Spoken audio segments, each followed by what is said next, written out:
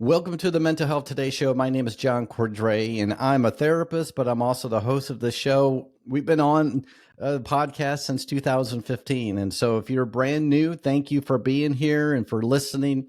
If you've been with us for a while, you know I appreciate you. Keep listening. But today I have a really special guest. I'm really excited to introduce you to him. Kevin Reeder. We're going to be talking about soldiers and the military in particular. There's a ministry or an organization that Kevin is a part of. He is a Marine as well. He's gone through that. Well, he's going to share a little bit about that. But he's also a psychologist, and he specializes in PTSD. And the organization that he's a part of right now that we're going to be talking about is called Songwriting with Soldiers, and it's to help promote healthy, just mental health with veterans, and that's something that I think is so important. We need to talk about it more. Well, Kevin, thank you for being on the show. I want to welcome you to the show and tell us a little bit more about your story. Yeah, it's a pleasure to be here, John. Thanks. Gosh, I guess a good place to start with my story is back in 1989 when I, with a perfectly good college education, joined the United States Marine Corps. I was floating around a little bit, didn't know exactly what I wanted to do with the rest of my life. I'd always had kind of an, a need for some type of adventure, and it came down to I was either going to hike the Appalachian Trail or join the Marine Corps, and it turned out nobody was going to pay me to hike the Appalachian Trail, so I joined the Marine Corps, and that was a very interesting experience. It was an experience of which I'm very proud. I ended up being deployed. Um, I went back after boot camp and was in the reserves and was taking 15 credit hours one semester, and then we got deployed to Iraq and in Saudi Arabia. And so that was a very interesting experience as well, but one I ultimately endured. And it's been a tremendous experience in terms of giving me some perspective about the military and what it asks of people.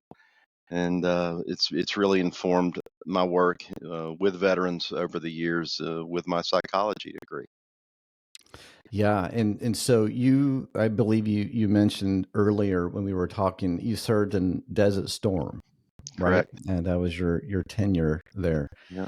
And so you went there, and you're right. That's kind of the non-traditional route. A lot of times, recruits go in and they serve, and then they get their college degree, and you did it the other way around. Yeah.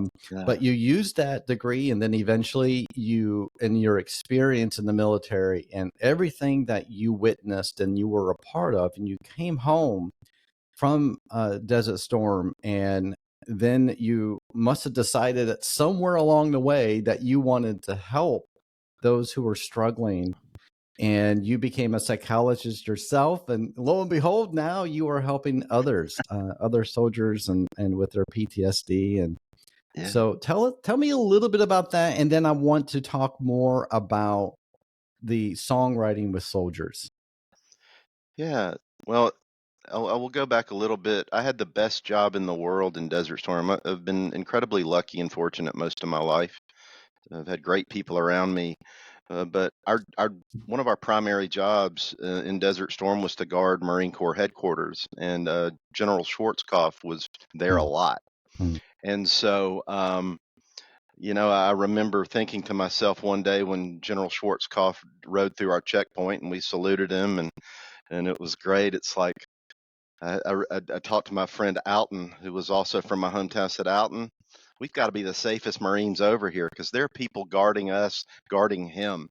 So we had a good job, and like I said, it was a tremendous experience to do that. Yeah, I was raised by two teachers, so I think it was a pretty easy bet to go back to school once I'd done that and pursue some things that had interested me, psychology. I think I was also, to back up a little further, I was adopted, and I always knew that. So it got me thinking at a really young age about things that most kids don't maybe think too much about, like nature and nurture, and what if I'd been raised over here or by different parents. And I think that probably spurred my love of psychology and learning in that field. But yeah, I was able to go back and work in the field and do a lot of frontline mental health care work while I put myself through school. And lo and behold, I ended up getting my PhD many years later and had the fortune of being able over the last 17, 18 years working almost exclusively with PTSD and veterans. Well, that's fantastic, your profession is so needed, and what you do is so needed, and I'm sure that the soldiers that come to you for help really appreciate your background in that as well. Yeah, I think so. The best piece of advice I ever got about it was um, one of my clinical supervisors when I was finishing up my education was a career Navy man, and he made sure to tell me, and I'll never forget it. Very much appreciate him saying it. Don't ever assume that your military experience will help you with any one veteran. Mm, Um, Everybody's military experience is different and diverse, and you're a clinician first. And the fact that you served is important, and it can be important, and it can also go the other way with some people. And that's mm, always something I've taken to heart about not just being a veteran or not, but when we're sitting in a chair with someone trying to help them, our experiences that are similar to theirs can be a big help, but they can also not if we don't use them correctly. So, it really taught me a lot, and I still try to adhere to that today. nice. I think that's really good advice. Well, let's talk a little bit about this organization that you're a part of, Songwriting with Soldiers. Yeah. That title, just is intriguing to me. And why Mhm. songwriting? Yeah, And tell us a little bit about that. What is it? Who is sure. it offered to? Just tell us a little bit more about that. Yeah. So the title is very careful, or the title of the organization, we are a nonprofit organization, Songwriting with Soldiers. It's not songwriting for soldiers or about soldiers. The with piece of that is we believe in the power and the process of collaborative songwriting. And I'll talk obviously more about that later. But um, one of our founders found that he was a professional singer-songwriter, and then when he was talking to military veterans and he had a guitar in his hand, they opened up more. Mm, And it kind of went from there. And as you can imagine, people in the military, active duty or veterans, have a lot of stories to tell, some of them involving, we'll put it in the box of trauma. But some of these stories aren't that easy to tell or forthcoming. But a lot of what we've learned is sometimes when you put it in the context of a collaborative effort to write a song and there's some music involved, people are a little bit more willing to open up in different ways and tell their story. And, behind every song is a story. And mm, so I think it kind of started there. Another one of our founders, Mary Judd, brought her love of positive psychology and connecting humans with other humans into the mix, and it morphed into in 2012 the organization as we kind of know it today morphed into an organization where the primary purpose was to put on weekend retreats for veterans and active duty military that give them a 3-day opportunity to come, and obviously the centerpiece of the weekend are the collaborative songwriting sessions with a real professional songwriters, and often these are Grammy award winning songwriters who've written for a lot of artists including themselves. But not only do the weekends involve the songwriting, we supplement the weekends so that you're never just sitting around, and you you might have a yoga class or a meditation class. We have creativity workshops, good food, opportunities to interact with the environment. All kinds of things go into these weekends.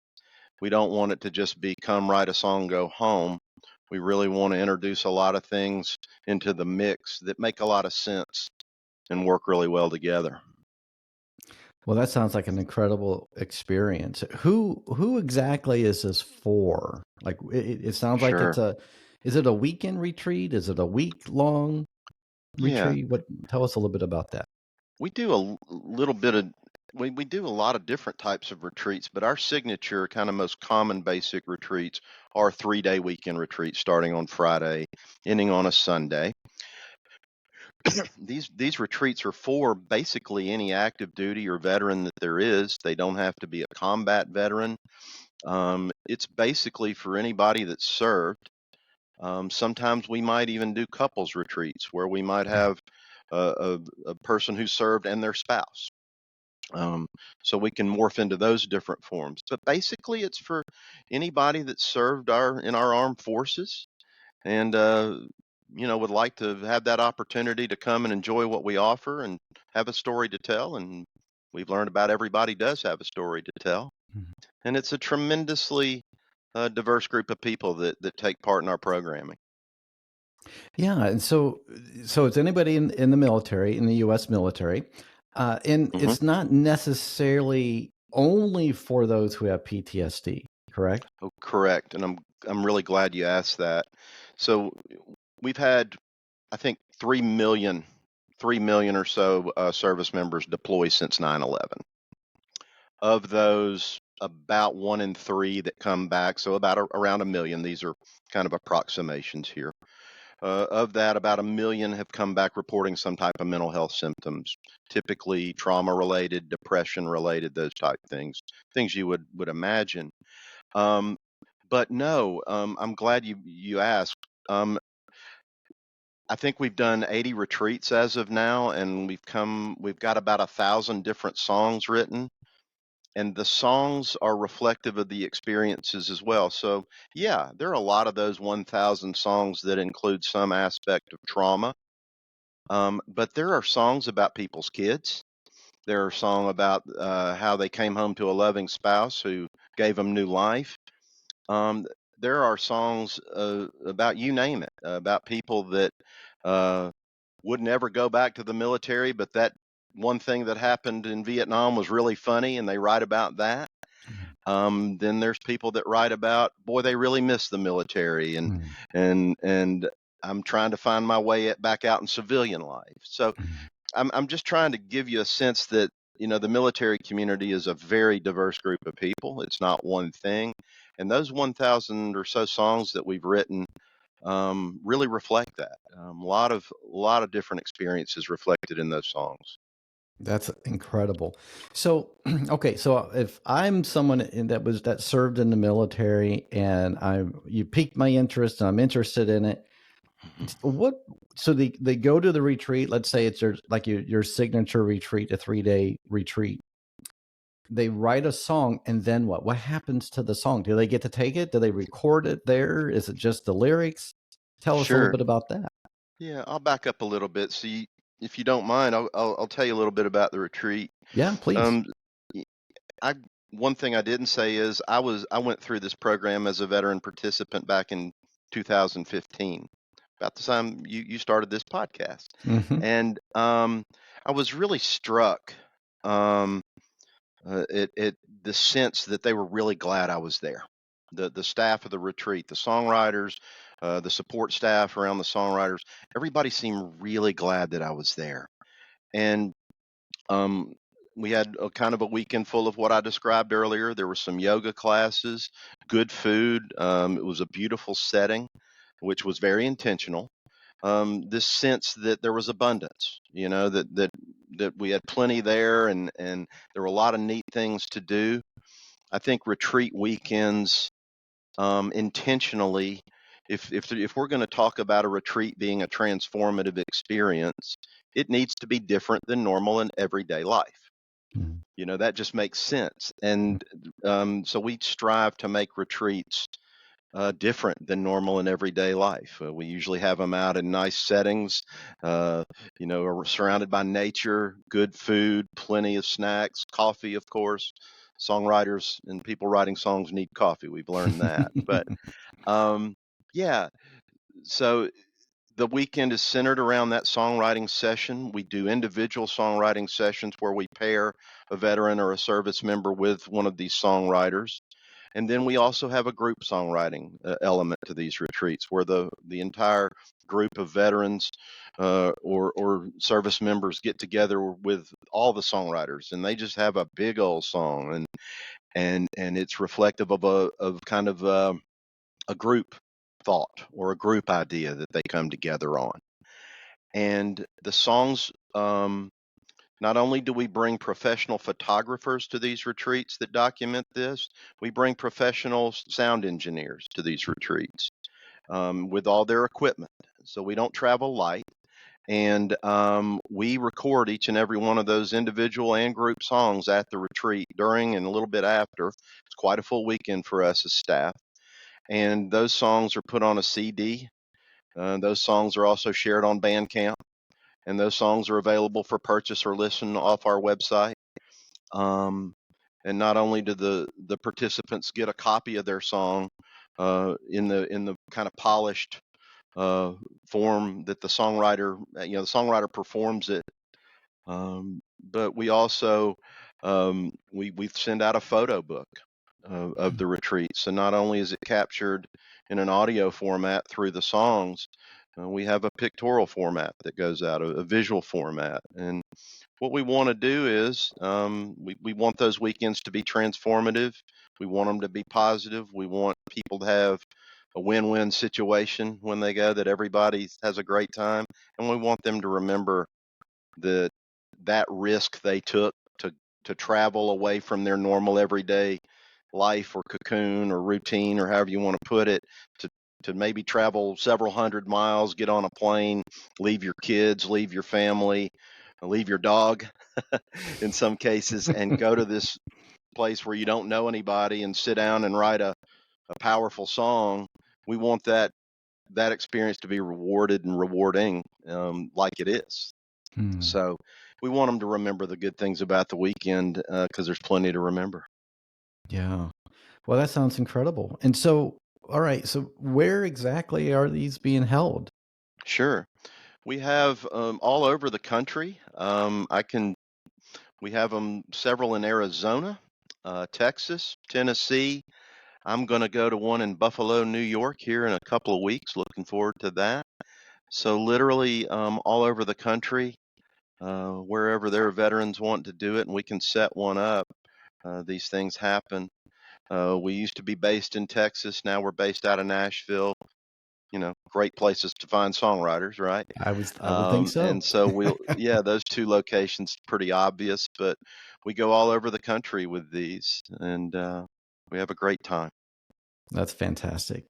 Well, this is a really interesting opportunity that I think for anyone listening to this, that either they have served or maybe you're a loved one that knows somebody that served. Yeah. And maybe this is an episode that you share with that person, because this is as I'm learning more about this, Kevin, it doesn't sound like a traditional therapy, sit down, talk to a therapist, lay down on the couch and spill Right. your guts and talk about your trauma. It doesn't sound quite like that, but it does sound more like a retreat where it could be very healing in so many different levels. These are things that you're not Mhm. going to do in a typical therapy session. Yes.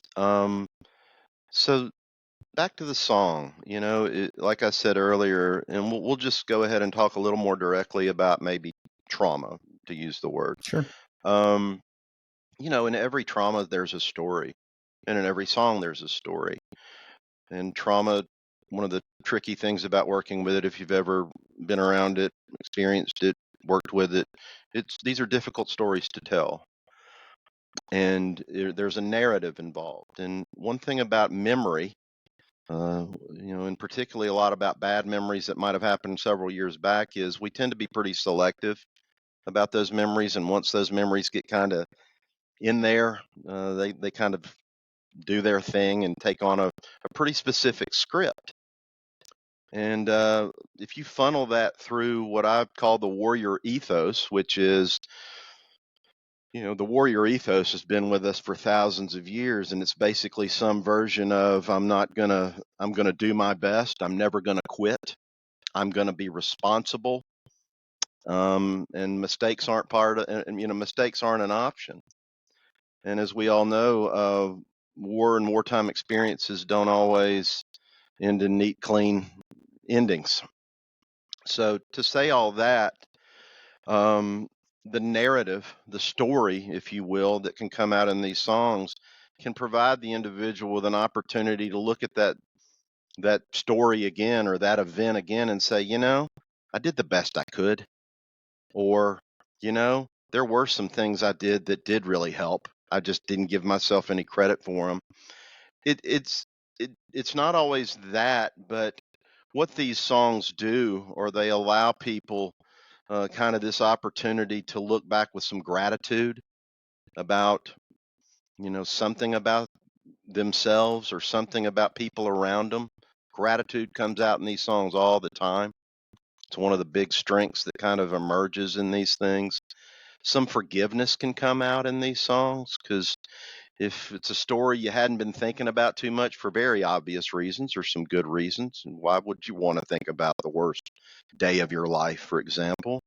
But once you get to the place where you can sit with it a little bit, and maybe you sit there with somebody listening to you that's trying to put these words into a meaningful song about your experiences, new narratives can begin.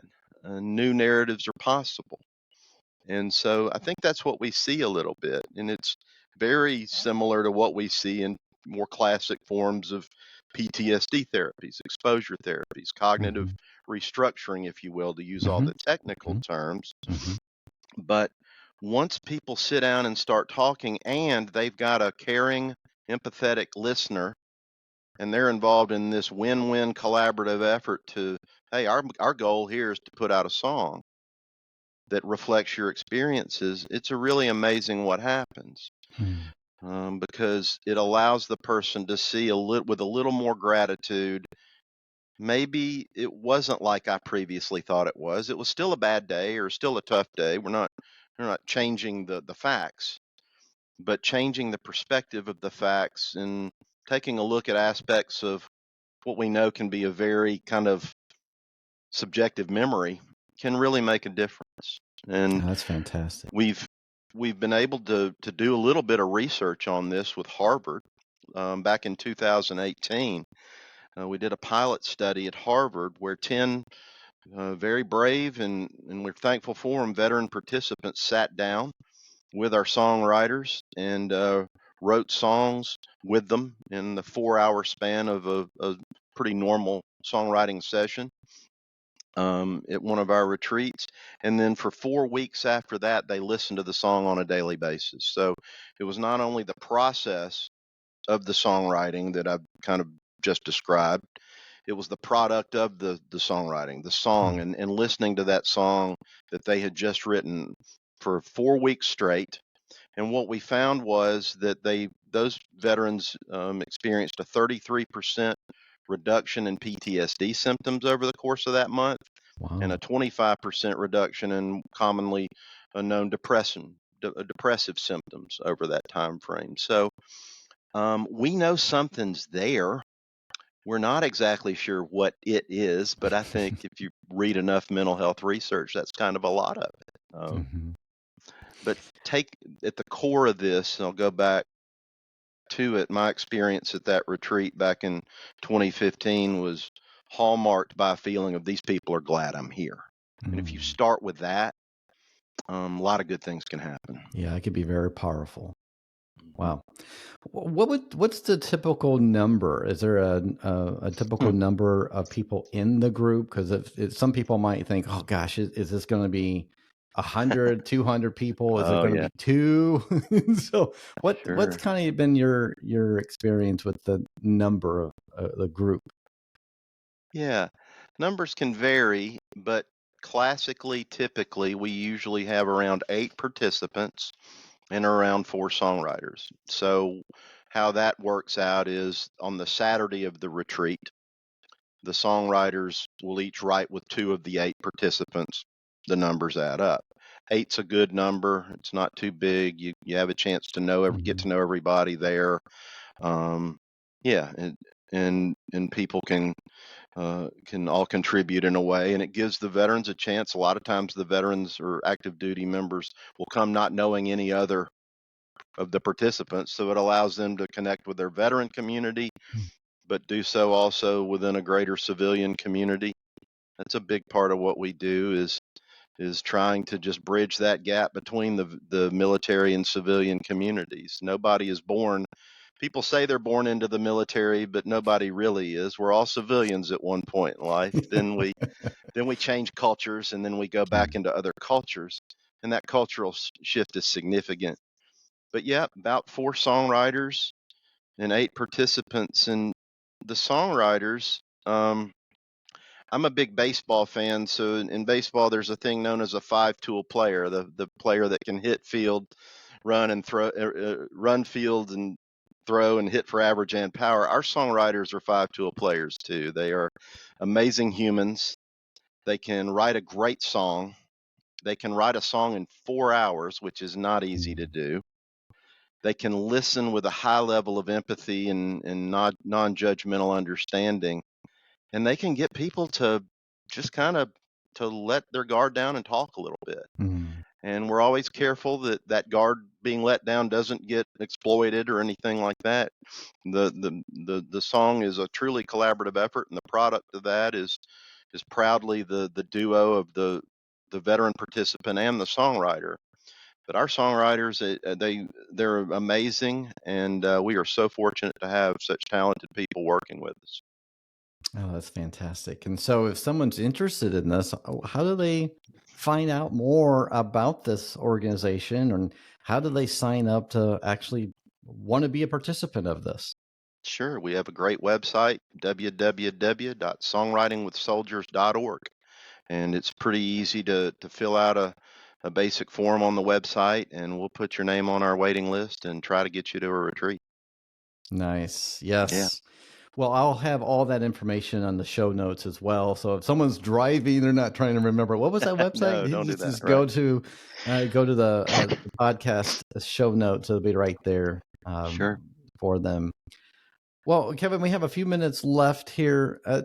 I would love to kind of hear some more of your encouragement to those who maybe they're on the fringe, right? They're learning more about Songwriting with Soldiers, the organization, this retreat. Maybe it's piqued their interest a little bit, but maybe they're still a little bit hesitant. They don't know, do I want to do this? What would be some encouragement for those who are kind of on the sidelines and trying to think through if it's for them or not? Yeah, I think the best thing I can say is a lot of times our brains can let experiences tell us that risks are bad things. And I will assure you that this is a risk worth taking, and there are a lot of rewards behind the risk. We base our retreats and our experiences on 3 basic things: creativity, which is creativity-based thinking is kind of the exact opposite of trauma-based thinking if you think about it. Trauma-based thinking will tell you not to take risks, don't do that. Creativity is saying, hey, what if we did this? Our retreats are also based on connections, good, positive connections. It's a pretty well known fact that the people you surround yourself with and having good communities are so beneficial to us in any walk of life, whatever we're trying to do, whether we're trying to recover from something or if we're trying to excel at something. Having a strong community, so fantastic, and we've got one. And then I think the last big pillar of what we try to do with our programming is an emphasis on strengths. And I think most of us are pretty good walking around every day knowing what we're not good at. We're going to point a little bit of a magnifying glass on what you think you are good at and helping you develop that, because what we're learning is in the field of positive psychology is we've all got strengths, and the more we use those signature strengths, that tends to be when we're at our best and doing our best. I like that. So Yeah. Put a it's a risk spotlight. worth taking, and Yeah. we're going to take great care of you, and you're going to have a great time. Nice. Yeah. I liked what you said, magnify and spotlight the strengths, what you Yeah. do well. Hmm. I like that a lot. So Well, it sounds important. really encouraging. It sounds like a really a life-changing experience to build that community. And I think it's great. And so I really appreciate you coming on and sharing more about the organization and what the offerings are that are out there. This is a great resource. And so if you're Tremendous. listening to this again, want to Yeah. reiterate, maybe it's you that is in the military, served in the military, or a loved one that you're thinking of, let them know about this. This is a great opportunity to go and to share and to be with others that are like-minded and have the same similar experiences that maybe the other civilians don't understand quite right. So this is a great organization. Check it out and make sure you go and look at the website, and maybe you'll talk to Kevin. Maybe Yeah. you'll talk to him at one of the retreats. You never know. Absolutely. Looking forward to it. Well, thank you so much, Kevin. I appreciate you. And thank you for listening to the Mental Health Today show. Again, my name is John Cordray. And until next time, take care of yourself. Bye-bye.